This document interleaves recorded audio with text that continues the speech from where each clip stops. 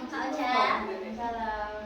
Masya Allah, Kak Ocha kabarnya gimana? Alhamdulillah sehat. Alhamdulillah, saya juga berharap Kak Ocha selalu sehat, pikirannya sehat, hatinya sehat, fisiknya sehat, semuanya sehat. Semoga senantiasa Allah beri hal tersebut kepada Kak Ocha, amin.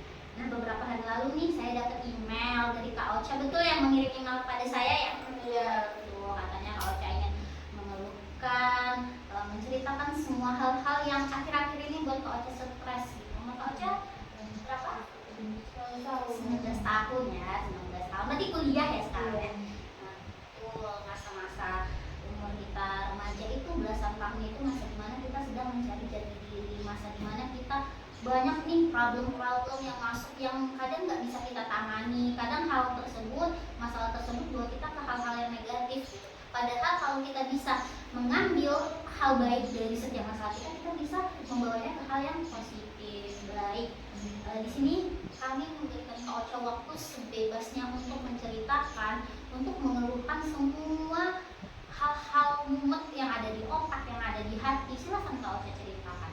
Nanti kita akan cari solusinya bersama. Kita akan coba manajemen, mengelola stres kita itu agar jadi lebih baik gitu. Baik. Jadi Kak Ocha hari ini tuh mau menceritakan tentang apa, atau hal yang paling bikin Kak Ocha akhir-akhir ini stres itu apa sih? Teman. Kenapa dengan temannya? Jadi kan punya teman di kampus tuh kan. Jadi dia tuh kayak apakah gitu. Kayak gimana ya, kayak susah lah tuh, kayak nggak menghargai. Terus tuh dia tuh apa yang sibuk gitu, padahal misalnya kalau misalnya dia tuh itu dia apa namanya, misalnya dia tuh butuh waktu gitu, waktu itu selalu ini sama dia. Nah terus dia tuh kalau misalnya butuh waktu itu dia tuh kayak nggak mau gitu, kayak sibuk gitu. Nah terus tuh pas udah ada masalah tuh kayak dia tuh kayak nggak mau gitu. Terus pas dia ada masalah tuh kayak sering dengerin dia gitu. Nah terus tuh dia tuh apa yang udah suka tuh pasti diembatnya gitu. Kayak Berarti kayak istilah itu tidak menghargai keberadaan Ocha sebagai teman gitu ya, kayak suka misalnya Ocha butuh dia nih, ternyata dia nggak mau bantu gitu ya, atau misalnya sesuatu hal yang Ocha suka dia suka juga, jadi akhirnya dia yang dapat gitu ya. Dia ngerasa kesel gitu ya, Kak Ocha ngerasa kesel banget sama teman-teman yang seperti itu. Emang seberapa jauh sih Kak Ocha dekat sama dia? Udah 2 tahun. Udah lama ya. Iya. Kak Ocha punya pikiran nggak untuk berhenti teman sama dia? Kayak mana ya, kayak kalau teman sama dia tuh kayak lain aja rasanya, kayak sepi gitu. Tapi kalau teman sama dia tuh ya gitulah, Karena udah sayang mungkin ya. Karena kalau kita udah sayang sama orang tuh, masih jelek apa sifat dia, kayak kita memaklumi ya. Iya. Teman Kak Ocha ini perempuan ya? Iya, perempuan. Kalau laki-laki kan kita nggak bisa tahu. Baik, terus apa lagi Kak Ocha yang ingin dikeluhkan tentang dia? Jadi hal-hal kayak gitu tuh, pertemanan itu yang bikin Kak Ocha stres gitu? Iya, dia tuh ya misalnya kan tak tolong ini kerjain tugas gitu, kayak nggak mau. Terus misalnya dia tuh tak tolong kerjain tugas mau gitu. Maksudnya tuh kayak dia tak tolong nggak mau kayak gitu mau. Terus nanti kalau misalnya waktu tuh kayak dia tuh kayak yang pura-pura kayak nggak tahu gitu Oke. Jadi itu misalnya dia minta tolong sama Kak Ocha mau bantuin, tapi ketika Kak Ocha minta tolong karena itu sama dia kayak yang bodoh amat gitu ya. Nah, terus dia apa, perhitungan kali. Iya, dalam hal uang atau jajan. Terus tuh ya gitulah, kalau misalnya jalan sama dia tuh kayak dia tuh misalnya nanti itu tuh bawa gitu yang kayak kurang gitu, nggak bayar sama dia, tapi dia kayak pura-pura nggak dengar gitu. Berarti Kak Ocha ada kepikiran nggak kalau teman yang memanfaatkan Kak Ocha? Punya. Kepikiran nggak dia memanfaatkan? Kepikiran, tapi kenapa tetap menjalin pertemanan dengan dia? Karena teman sama dia tuh enak enak gitu kayak suntuk gitu nah gitu. Tapi Kak Ocha menyadari ya kalau dia itu teman yang red flag, Iya. yang toksik, yang sebenarnya bawa dampak negatif sama kita, tapi kita nyaman teman sama dia. Iya. Itu ya.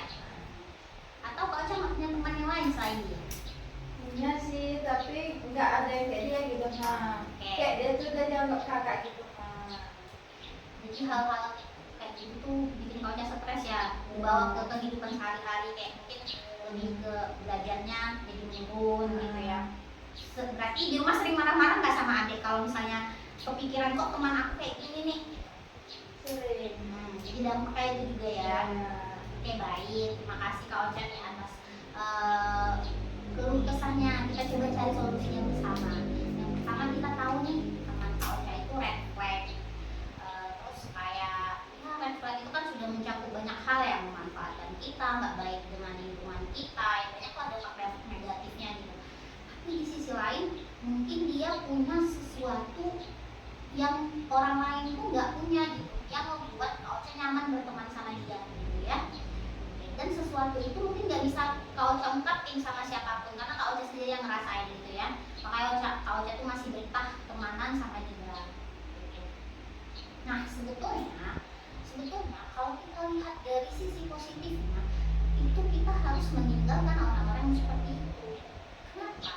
Itu tidak akan baik dampaknya bagi masa depan kita. Kalau masih 15 tahun nih, masih kuliah, masih ingin mengejar cita-cita, tapi ketika kita berteman dengan orang-orang yang seperti itu bisa merusak segala apa yang sudah ingin kita capai atau apa yang sudah ingin kita planningkan.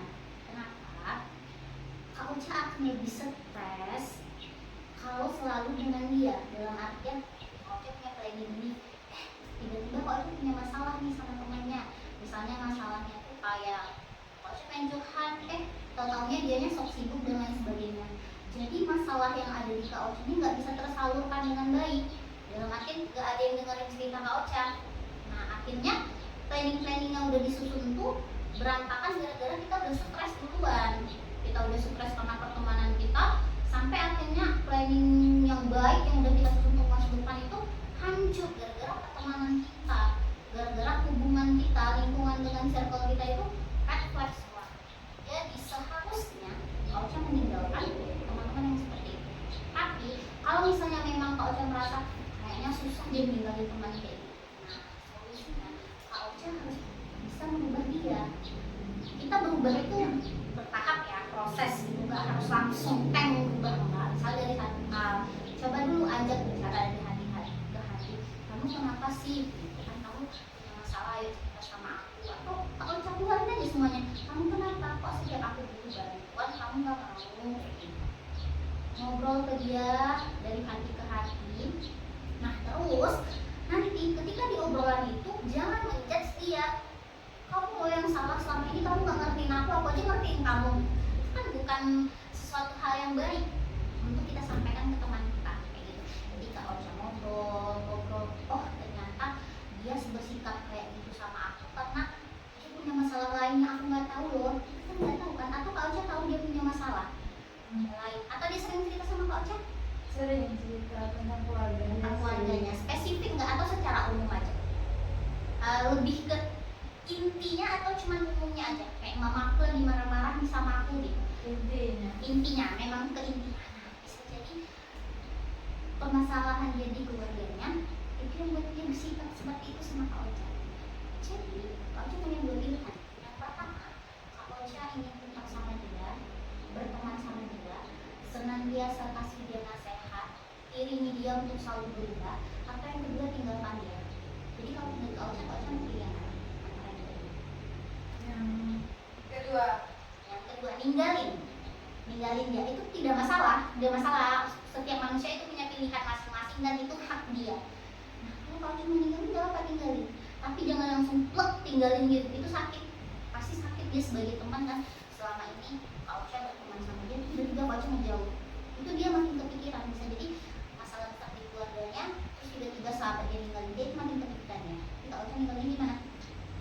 Supaya dia merasa bahwa Kak Ocha sudah mulai tidak dekat dengan dia, itu perlahan. Misalnya dalam seminggu yang intensitas ketemu setiap hari kurangin jadi 5 hari Habis itu setelah sebulan berikutnya atau misalnya 3 minggu deh, habis itu minggu berikutnya intensitas ketemunya jadi 3 hari, habis itu 2 hari, kayak gitu kan. Jadi dia bakal merasa bahwa Kak Ocha tiba-tiba ngejauh kayak gitu. Nah kalau misalnya dia memang tidak punya inisiatif untuk bertanya sama Kak Ocha, tidak punya inisiatif dan dia ngebiarin itu, oh berarti dia memang tidak ingin berteman lebih lama dengan Kak Ocha, bisa jadi.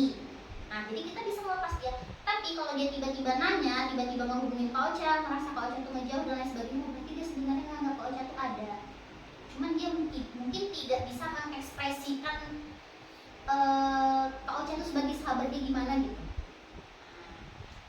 Jadi kalau misalnya Kak Ocha milih yang pertama, yang tetap membersamai dia dalam keadaan apapun, tugas Kak Ocha memang lebih berat. Mas merubah dia untuk menjadi sahabat yang saling pengertian.